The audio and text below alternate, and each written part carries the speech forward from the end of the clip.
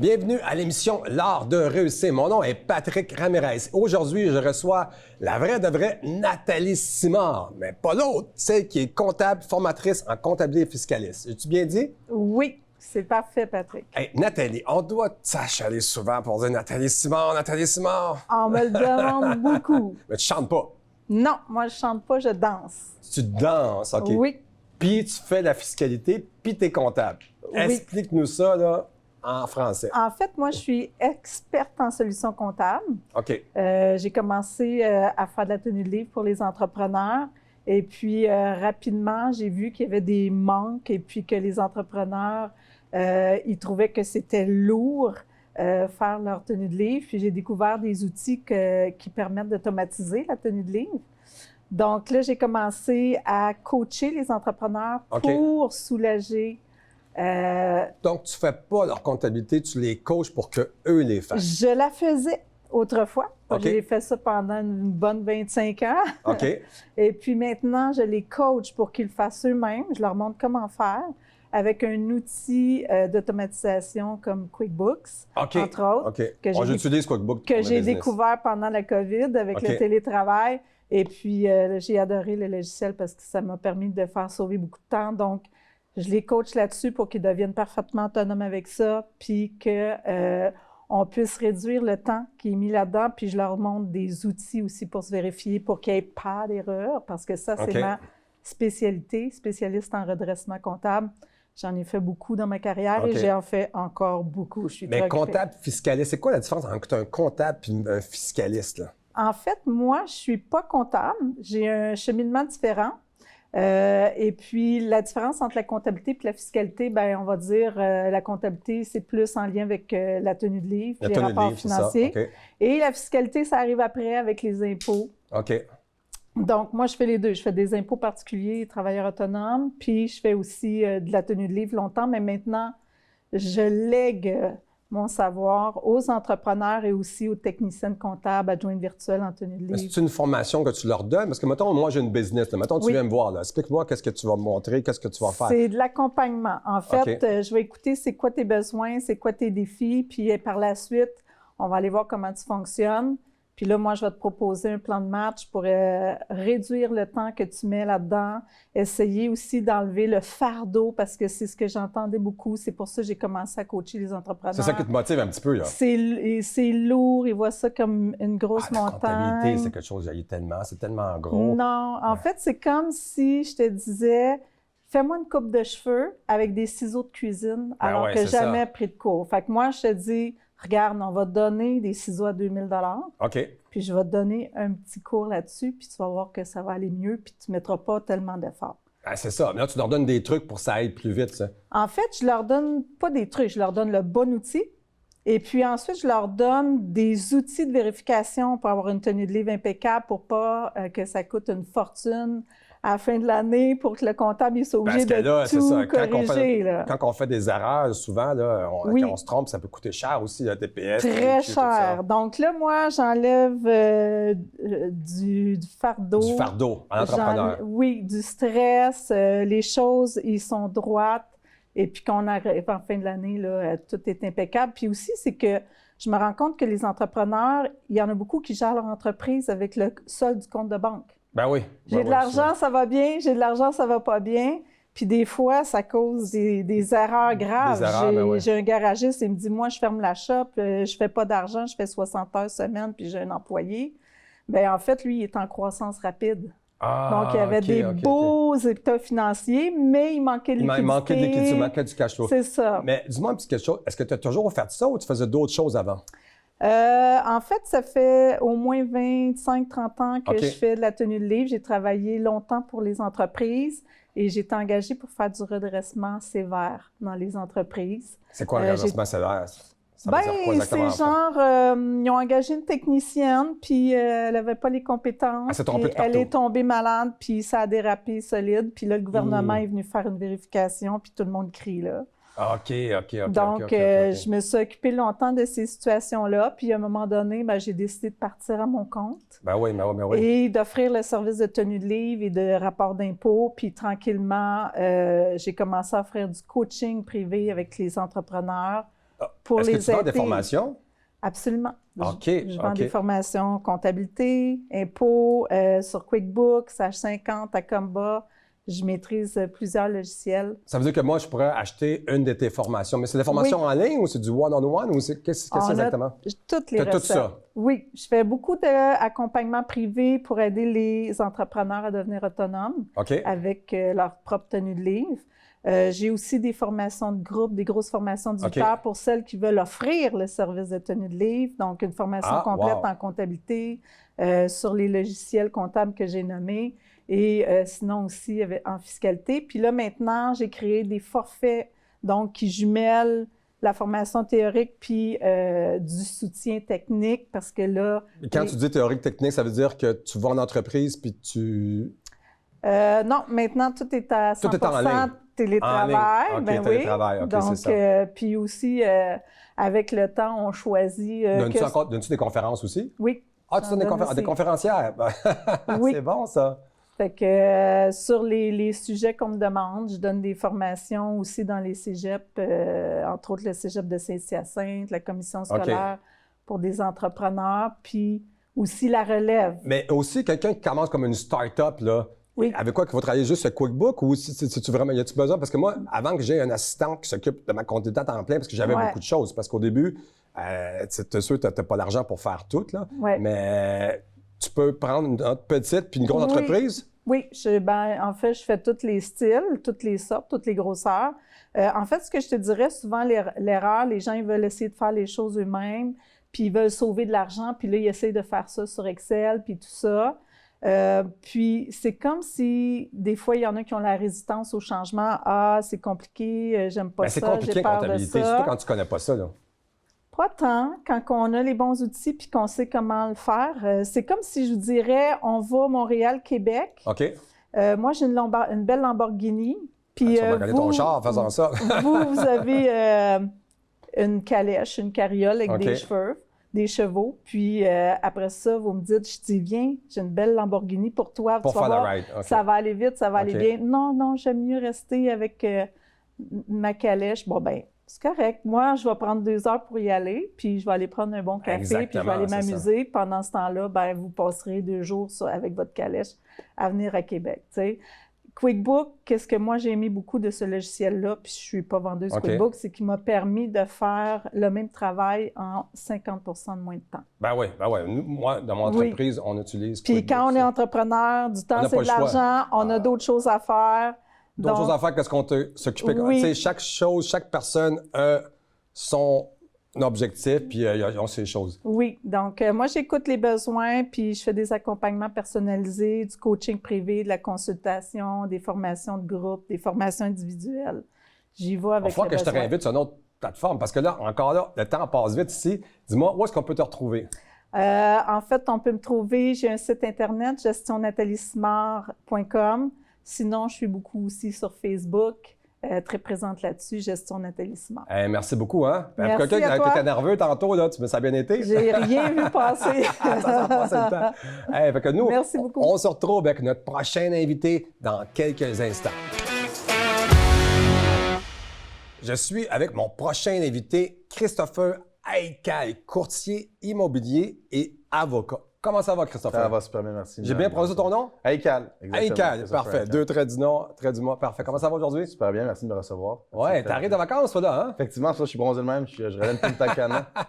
Donc, ça a bien été? C'est fun, très beau pays. Oui. Ouais, donc, parle-moi un petit peu de toi exactement, là, parce que tu as deux avocats puis courtier, là. Explique-moi.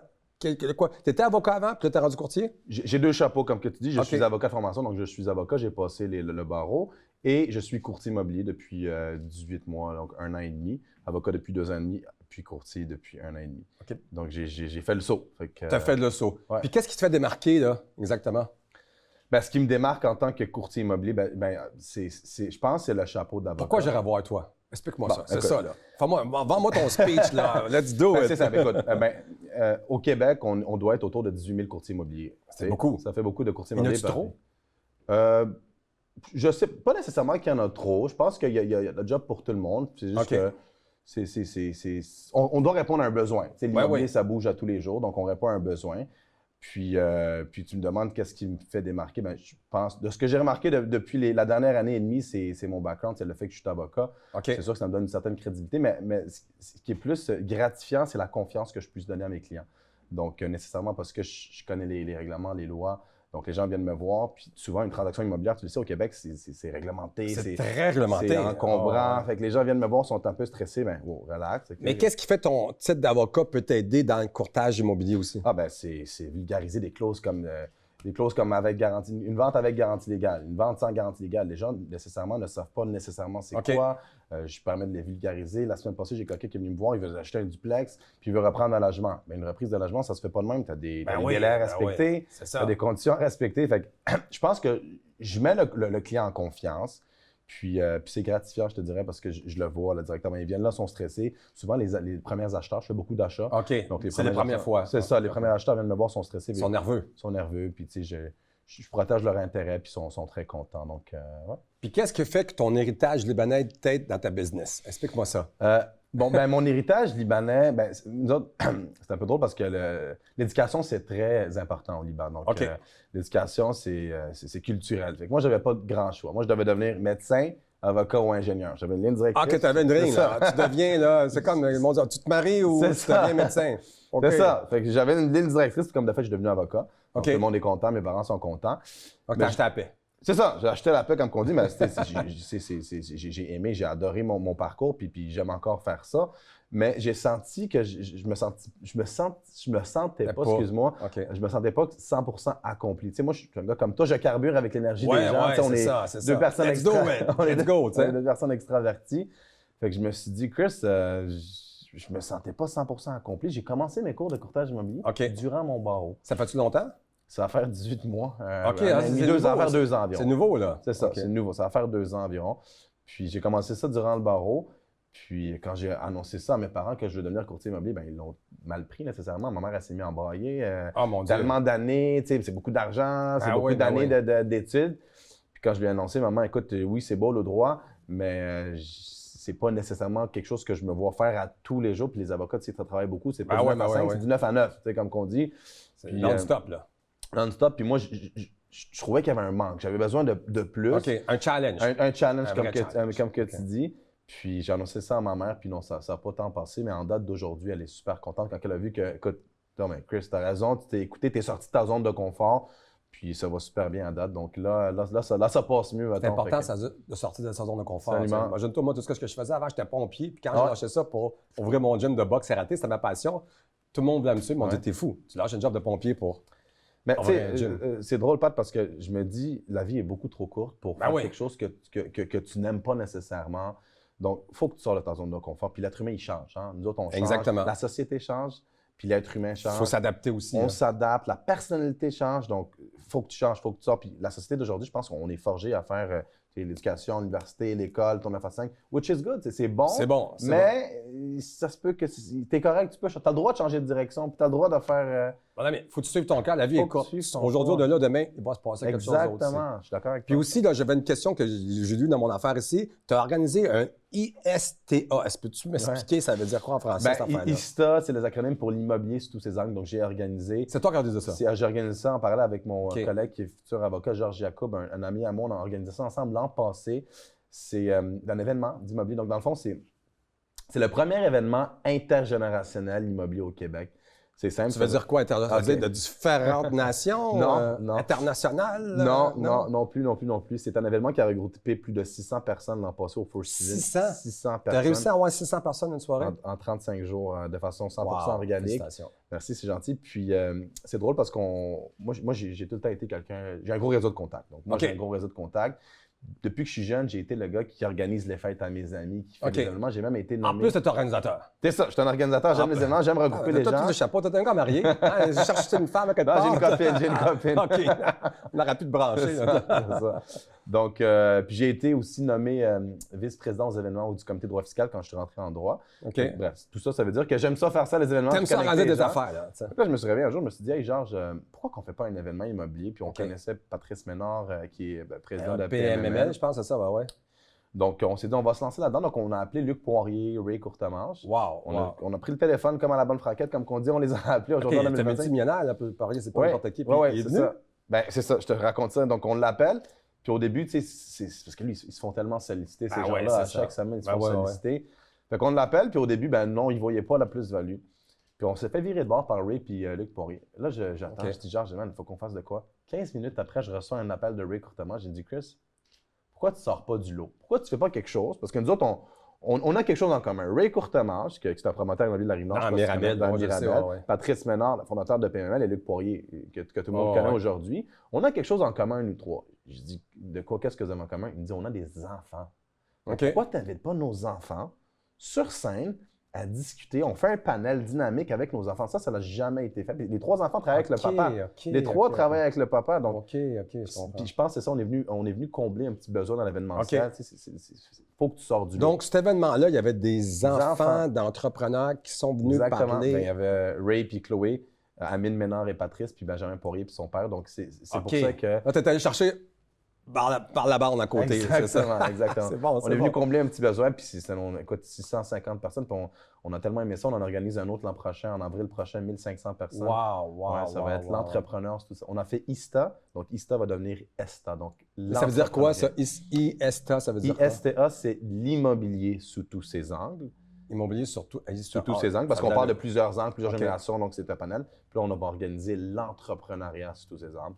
Donc, ça va être quelque chose de similaire, mais encore 2 fois plus gros. Donc, 2 fois plus gros. Ouais. Hey, t'as l'air d'avoir bien des affaires à raconter. C'est super le fun. T'as une bonne énergie aussi. Puis aussi, une petite dernière question, parce que je sais que le temps passe vite. Tantôt, tu m'as demandé, vas-tu m'inviter? C'est sûr que je vais t'inviter. C'est vraiment cool, ça. En plus, t'arrives bronzé, puis moi, j'arrive, je peux avoir bientôt... c'est pas le Canada? Je peux avoir au Mexique. Ça va au Mexique? OK. Je vais au Mexique, parfait. Hey, c'était un plaisir de te recevoir. Merci beaucoup. C'est super fait, merci beaucoup. Non, écoute, je te ferai parler 2 émissions en ligne. Qu'est-ce que tu veux faire? Le temps passe vite. Merci. Écoutez, on se rejoint bientôt avec notre prochain invité à l'art de réussir. Mon nom est Patrick Ramirez. On est de retour avec Xavier Grelier, courtier immobilier. Comment ça va, Xavier? Super bien, Patrick. Hey, on se connaît personnellement en plus. Ça fait longtemps qu'on est des amis. Écoute, ça fait combien de temps que tu es courtier? Plus de 20 ans déjà. 20 ans. Puis qu'est-ce qui fait que le monde va te voir plus toi? Parce que je sais que tu as des belles qualités, tu es super le fun. Parle-moi un petit peu de toi. Mon point de réussite a été sur 2 ou 3 attributs de base. La première, c'est la constance, le fait de toujours garder les mêmes étapes et suivre des procédures. La deuxième, c'est de m'assurer d'avoir un service de qualité exceptionnel qui va faire en sorte que les gens ne puissent pas passer à un autre courtier immobilier, vont passer par moi directement. Puis après ça, la qualité du produit. Donc, délivrer la marchandise, s'assurer justement d'éviter le moins d'erreurs possible. Puis ce qui fait un ensemble que les gens, justement, un coup qui ont traité avec les stratèges de l'immobilier, restent avec nous puis ils ne vont pas voir ailleurs. OK, mais pourquoi prendre un courtier? Parce qu'il y a bien du monde aujourd'hui, avec l'Internet, ils ont du proprio, ils ont d'autres choses comme ça. C'est quoi les erreurs à éviter par rapport à ça? En réalité, le courtier immobilier, c'est intéressant. La semaine dernière, j'écoutais une petite formation, puis ça disait qu'on était avant, on appelait les courtiers des agents immobiliers, on appelait ça des agents de changement.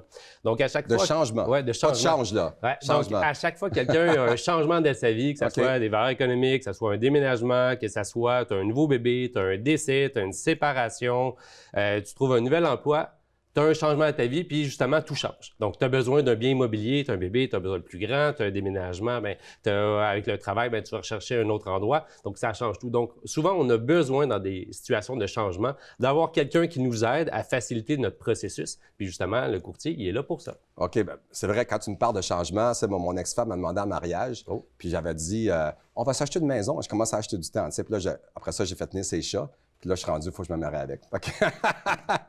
On achète du temps des fois à la maison. Mais souvent, tu parlais aussi des bébés, tout ça aussi. Écoute, des fois, c'est pas facile. C'est une grosse transaction. C'est la transaction d'une vie d'une personne, là. Je suis d'accord que, justement, moi, une des raisons pourquoi j'adore mon métier, c'est que c'est très rare que lorsqu'on vend une propriété, les gens ne sont pas contents à la fin. Tout le monde, tu as acheté ton bien, qui est le plus important de ta vie. Tu passes chez le notaire, la personne a déjà hâte de déménager. Là. Justement, hier, je passais une inspection en bâtiment. La conjointe, elle a déjà cancellé le câble chez elle, mais elle passe dans 1 mois dans la propriété. Alors, elle a tellement hâte de déménager, elle a déjà cancellé l'Internet et le câble de sa propriété. Donc, tu sais, quand tu passes chez le notaire, les gens sont joyeux, puis ça, ben, c'est un phénomène qui revient, ça fait un rebound directement au niveau de ton service, puis que tu es content par la suite. Puis un des éléments qui est super important, c'est de s'amuser. Il faut s'amuser, puis il faut avoir du plaisir dans ce qu'on fait, puis ça, c'est dénoté dans le retour du client par la suite. En plus, c'est un bon service. Autrefois, tu me présentais des maisons dans le plateau Mont-Royal. Donc, toi, ton secteur, c'est le plateau, c'est un petit peu ailleurs, mais tu es plus spécialisé là. Je couvre quand même 45 minutes de circonférence sur l'île de Montréal. De plus en plus, j'essaie de me spécialiser à rester le plus près possible de ma demeure où est-ce que j'habite sur le plateau. La raison est simple, c'est que je passe trop de temps en véhicule, puis je manque de temps. Donc, c'est le problème de tout le monde. Donc, évidemment, plus que je desserre un secteur proche, bien, plus que j'ai de temps pour desservir mes clients versus de prendre du temps, à moins que je me paierais un chauffeur qui m'amènerait à gauche, à droite, puis je pourrais travailler en arrière. Ça, c'est l'autre option. J'avais déjà un agent immobilier avant, quand j'avais commencé à acheter du moins des années 2000. Il avait son chauffeur, puis il n'y avait pas de temps, justement, d'être dans le trafic. Il était toujours avec un chauffeur, ça sauvait beaucoup de temps. Puis, dis-moi, tu fais-tu juste des duplex ou tu fais-tu du multilogement? Tu fais-tu du commercial aussi? Moi, je suis un excellent généraliste avec plus de 20 ans d'expérience. Généraliste. Un médecin généraliste, mais courtier immobilier, les gens n'aiment pas trop ça. Ils disent hey, le professionnel qui a fait des grosses études, puis le courtier qui a fait secondaire 5.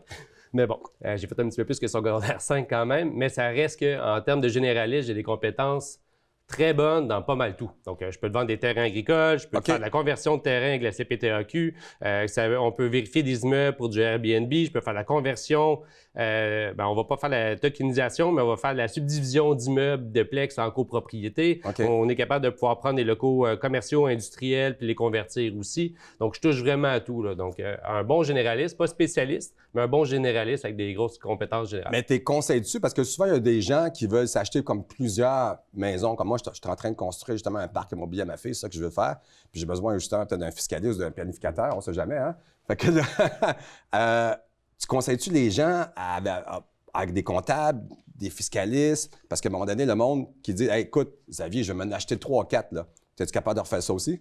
Bien, dans les faits, c'est simple. Nous, le nom de notre brand, c'est les stratèges de l'immobilier. Les stratèges de l'immobilier, c'est on vous apporte des stratégies immobilières adaptées en fonction de vos besoins. Donc, si toutefois tu as l'intérêt de faire 1 million sur une période de 20 ans, bien, je suis capable de pouvoir te le créer assez simplement. Je t'achète un bloc d'1 million. En date d'aujourd'hui, dans 25 ans, il est fini de payer. Tu as 1 million net d'impôts plus ta plus-value. Donc, moi, c'est très simple. Puis après ça, au niveau de tes blocs, si par exemple, tu dis, Xavier, je veux vendre mon triplex, puis ton triplex est tout vide, dis, qu'est-ce que je fais avec? Bien, on va regarder ta valeur de ton triplex, on va regarder ta valeur en copropriété, plus ton investissement que tu vas mettre dessus. Puis on va peut-être maximiser ton plex à peut-être 1,1 million à 1,8 million. Beaucoup d'informations en même temps.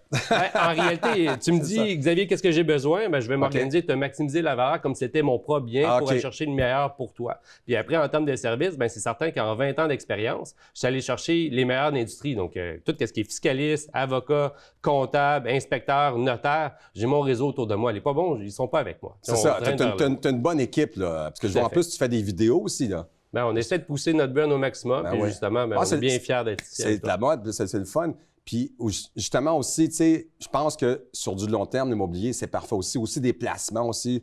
Tu sais, je prodigue ça, justement, je suis en train de voir pour faire quelque chose aussi par rapport à ça aussi. Puis le plateau Mont-Royal, moi, je me rappelle, mon premier immeuble sur le plateau, là, je l'ai raté, il coûtait 74 000, c'était en 1992. Là. Puis là, aujourd'hui, c'est rendu fou sur le plateau, c'est cher. Là. Est-ce que les prix du mobilier changent par rapport, mettons, les locations par rapport à ce que ça coûte?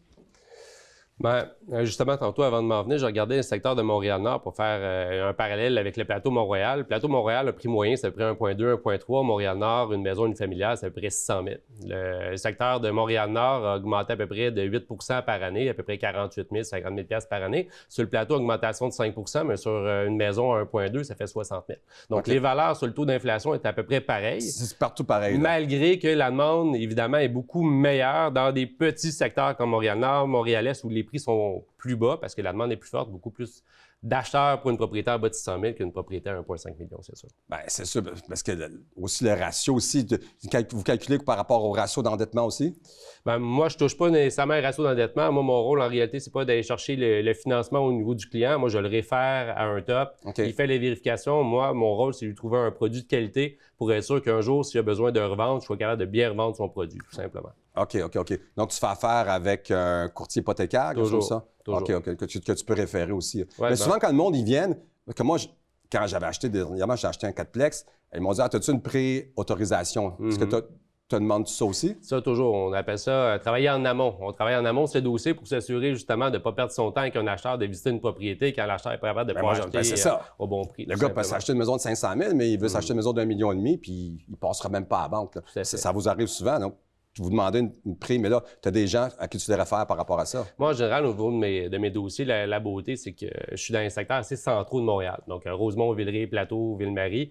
Donc, c'est une clientèle quand même qu'après qualification, on l'a toujours parce que c'est tout du monde scolarisé, mais ils passent tout au financement. Là. Moi, ça m'arrive jamais que mes dossiers ne passent pas au financement. À 98 du temps, j'ai jamais aucun problème. Puis quand on fait une offre, c'est finalisé à la fin. Je sais que tu fais une bonne job parce que, écoute, je t'allais voir une maison, puis tu m'as rappelé, tu as fait un suivi, puis moi, tu me dis des bonnes choses. Souvent, le courtier dit « Ah oui, c'est bon. » Puis tu me dis « Patrick, il y a tel problème, tu peux arranger telle chose. » Puis au moins, je pense là-dedans, c'est l'honnêteté aussi. Hein? Dans les faits, je voulais plutôt voir comment tu allais, mais bon, j'ai passé l'information comme ça, tu suivi en même temps. Hey, c'est correct. Hey, Xavier, ça m'a fait plaisir. Comment t'as aimé ça, ton expérience? Ah, ben j'adore. J'espère que tu vas me réinviter, c'est certain. Oui, c'est sûr, je vais te réinviter. Écoute, toutes les informations, tu n'as pas besoin de dire ton numéro de téléphone, ils vont toutes être Attendez, je vous le dis. Non, ils vont toutes être dans le bas de l'écran. OK? Merci beaucoup d'être venu à mon émission. Fait que nous, on se retrouve la prochaine semaine avec une émission avec Patrick Ramirez à l'art de réussir.